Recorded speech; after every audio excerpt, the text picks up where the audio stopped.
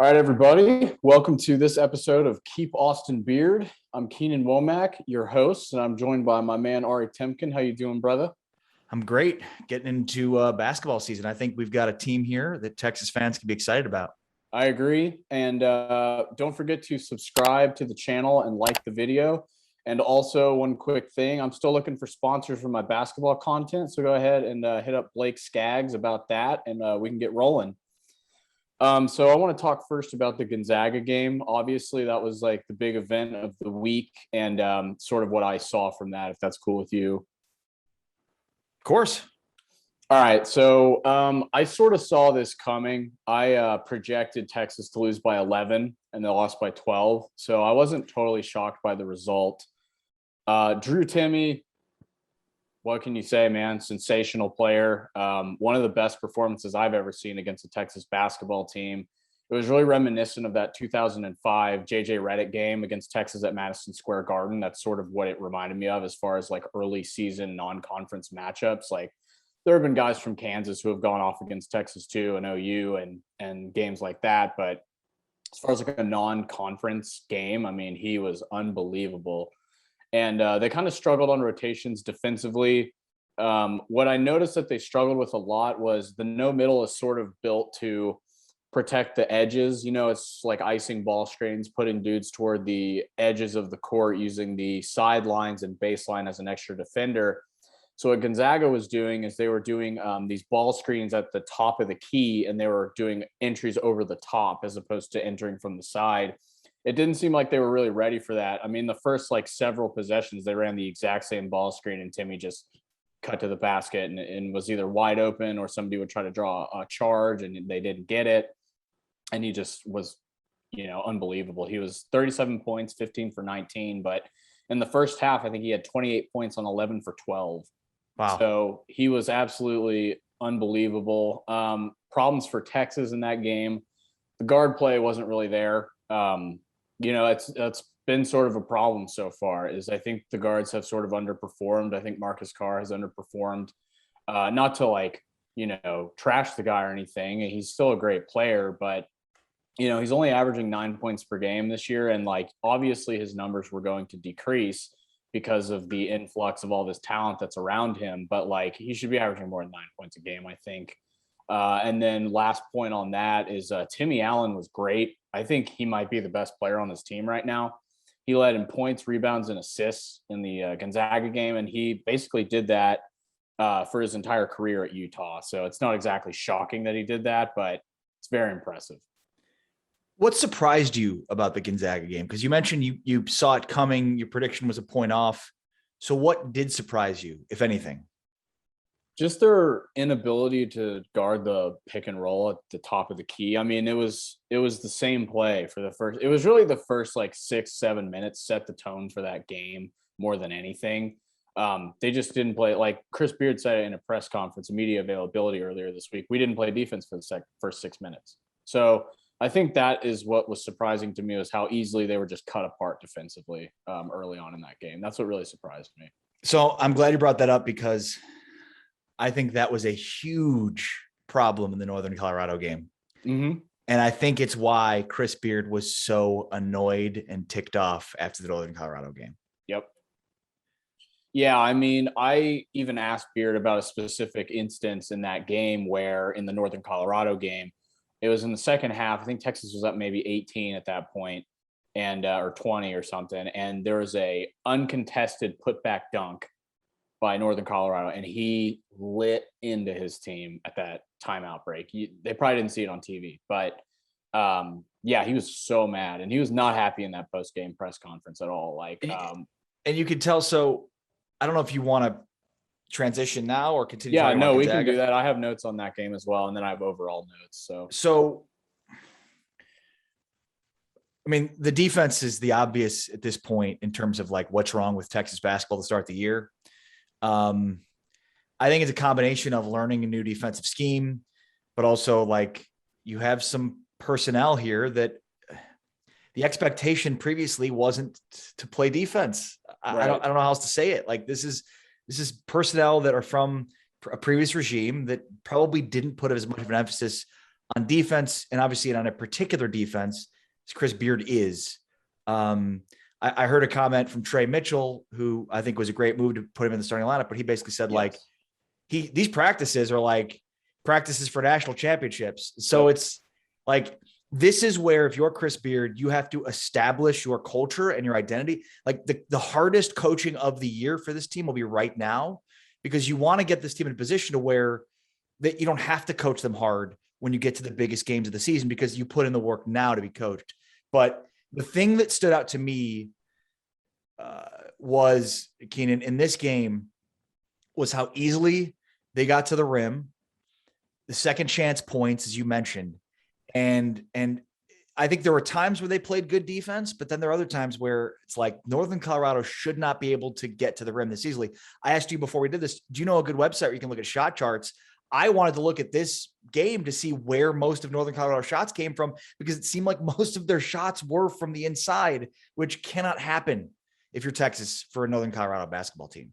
No, and I agree. And I think that they've struggled defensively for sure. But it's funny that you say you think that's the main struggle, because I actually have more issues with how they're playing offense right now. Is it cool if I jump to that really quick? Please. Yeah. So to me, the offense just hasn't really been that great so far. That's fair. It looks disjointed. You mentioned in last week's episode, is this going to be a team that relies too much on the 3-point shot? They were bad from three last night. They shot 4 for 18 from three. And I think a lot of the problem is what keeps happening on these offensive possessions is you have these guards, Carr or Jones or Ramey. They drive into the paint. They can't find anybody. They don't take the shot. Then they dribble it around. They dribble it back up. And then you're at the top of the key with 10 less seconds on the shot clock. Or you kick it out to somebody who isn't a good 3-point shooter. Those have really been a lot of the offensive possessions, especially against Gonzaga. I mean, they looked lost in that first half offensively. It was tough to watch. And, it's another one of those things, like the theme of the season really so far has been like, we got to wait for these guys to gel. And I think that's part of it. But I think guard play has to improve if they're going to compete in the Big 12, man. I just don't think it's there yet. Well, and I also had a chance to scrub through the Baylor Central Arkansas game. And I don't want to get into comparing Central Arkansas and Northern Colorado. At this point, you can judge so much of how these teams are performing in these games based on the Baylor or Texas. Mm-hmm. LJ Cryer and Kendall Brown, holy cow, those guys are freaking good. Yeah. And you want to talk about defense. Now, granted, Baylor's starting at a different level defensively than Texas is. Mm-hmm. There's familiarity, there's consistency in coaching and schemes and expectations. And there's guys, I mean, it helps when you've got really good interior defenders like Baylor has. Holdovers, Flo Thomas really good inside. Yeah. But like, I think I heard a stat during the game from John Morris, their play-by-play guy, that was like, they have taken 40 more shots or something like that over the course of the first few games of the season than their opponent. So like, their defense has been so good. They're just out shooting their opponent like 2-1 in these games. Yeah. Again, it's Central Arkansas. These are early season games against bad teams for the most part. Obviously, Texas played Gonzaga already.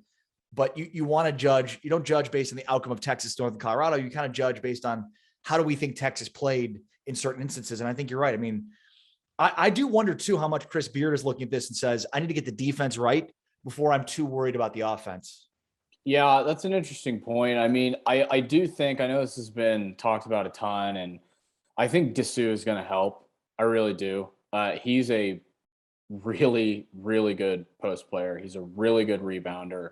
Like, he was the best rebounder in the SEC last year before he got hurt, the best in the whole conference. So I think he's going to help with that too. And like you were saying, defense has been hit or miss. It's like the difference between this year's team and last year's team is last year's team had a lot of guys who are hyper athletic, but they're kind of raw offensively. But like hyper athletic raw guys can play defense. You know what I mean? They can switch, they can play the perimeter, they can play down low, especially when you have a guy like Sims, who wasn't necessarily a great shot blocker, but he was absolutely a presence down low. And, I wanted to say too, so it was sort of like, well, on that note, one second, real quick. Oh, sorry. Yeah. What's up? Texas has been littered recently with guys like that. Yeah. Watching Trey Mitchell work from the low block, drop step, he's like, it's like, whoa, oh yeah, there are guys that could do that because Texas hasn't had that. And you mentioned Dessou, it's like suddenly they're going to have a couple of players they haven't had before in terms of like stylistically, you can play both ways. You can play small ball, but you can also dump the ball into Dessou or to Trey Mitchell and let them go to work from the low block, which is, to your point, like some of these previous guys, it's like shots at the rim. They're using that athleticism. They're not like dump the ball into them and let them go to work from the low block kind of guys. Right. No, I agree with that very much. And Trey is such a skilled player, and I really like him as a person, man. Like last night in the press conference, it was his first game starting, and one of the journalists asked him, "Do you care about being in the starting lineup now?" And he said, "I don't care. Call my name, I'll come in and play." And I was like, that is the perfect attitude for this team. He's just so humble, considering the fact that he's arguably the best player on this team.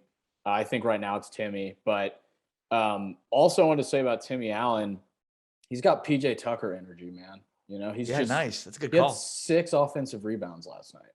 Like he's just like cleaning the glass. He's in there. He's diving on loose balls. He's doing all that kind of. He plays a lot bigger than his size. Yes. Like you think he's like 6'9", 6'10", and you're like, oh, he's hey, 6'6". Yeah, he's hits all the cliches for like a guy you want on your team who does the dirty work. Despite the fact that he's a star player, he's still doing all this dirty work stuff. And then I heard an interesting comparison for Trey Mitchell. He's kind of like LaMarcus Aldridge a little bit, right? He's got some moves. He can shoot from mid range. He can even shoot from 3, but he can shoot from the mid range. He can spin around, like you were saying. He can kind of drop step on the block, stuff like that. So those were kind of interesting takeaways from what I saw on Twitter over the last 24 hours or so. And I wanted to bring this up too because they have a really tough game coming up in a couple weeks against Seton Hall.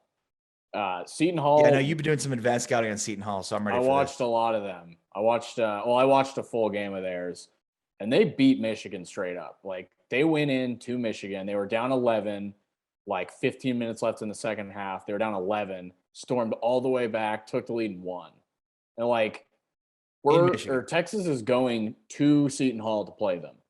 Like that's not going to be an easy game by any means. It's a true road game against a legit Big East team. And I think Seton Hall is going to be in the mix of it at the end for the Big East.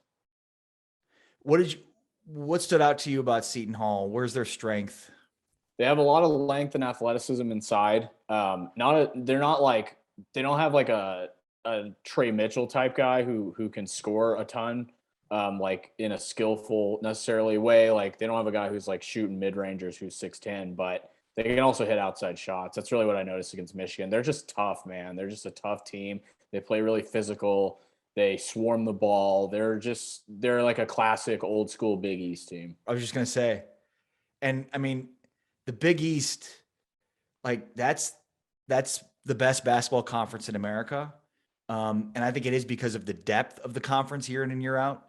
Yeah. It might not be as top heavy, and it probably is, but certainly, I mean, look at like the ACC and the Big 12. Yeah.